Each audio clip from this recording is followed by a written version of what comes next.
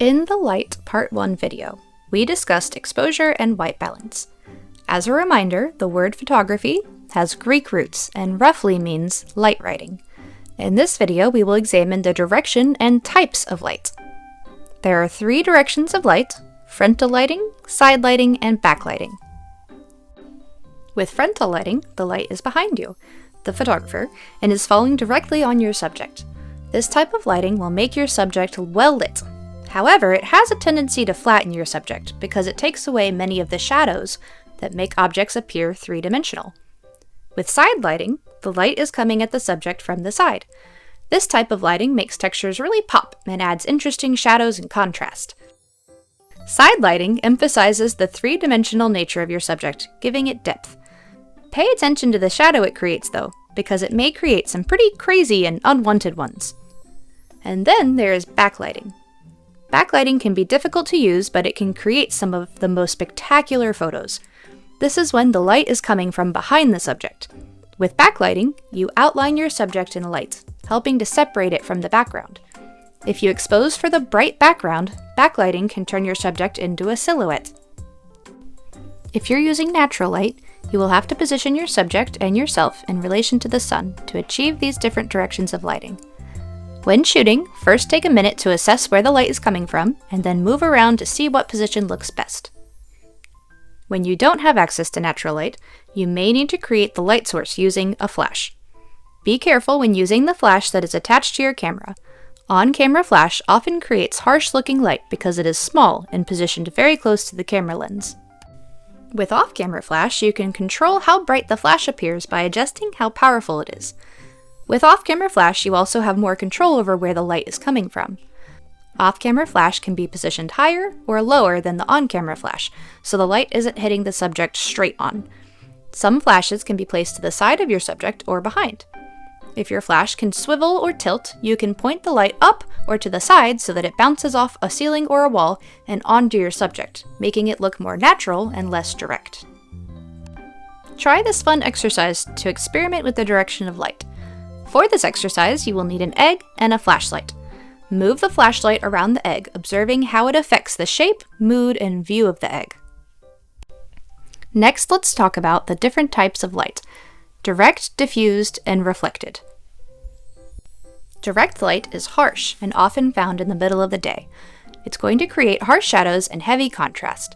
You might struggle to balance the dark shadows and the bright highlights. Direct light is great for architecture and other objects that need the shadows to help them look 3D.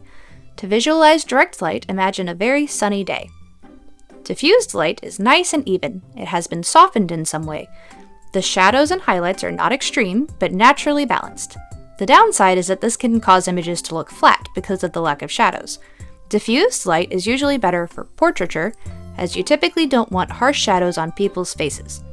To visualize diffused light, imagine a more overcast day. Direct light is often called hard light, while diffused light is called soft light. The final type of light is reflected light. You can find reflected light almost anywhere. Mirrors and water are the most commonly used natural reflectors, but almost everything reflects light. If you were to shoot a portrait next to a building, the light hitting the building would reflect onto your subject.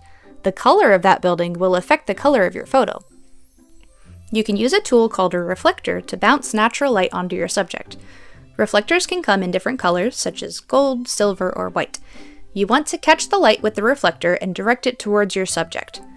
You can also use what is called a diffuser, which will soften the light that is hitting your subject.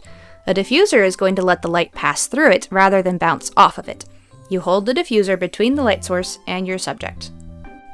Take a look at these 2 photos. The one on the left has very harsh shadows that are distracting. The photo on the right has softer, more even lighting. So, how do you avoid unwanted shadows? Get out of the direct light. It is tempting to be drawn to direct sunlight when taking photos. You want your subject to be well lit, right? But most of the time, shooting in direct sunlight creates shadows that are not very attractive, at least not for portraiture. Overcast skies and shaded areas often create softer, more diffused light. If you are out in the open, try moving into a shaded area. Be careful though, because trees can cause even crazier shadows when the sun is streaking through the branches. Sometimes simply turning your subject away from the sun can help soften the shadows. To practice this, find someone to model for you outside in the sunlight. Have them spin in a circle while you follow them to pinpoint the best lighting.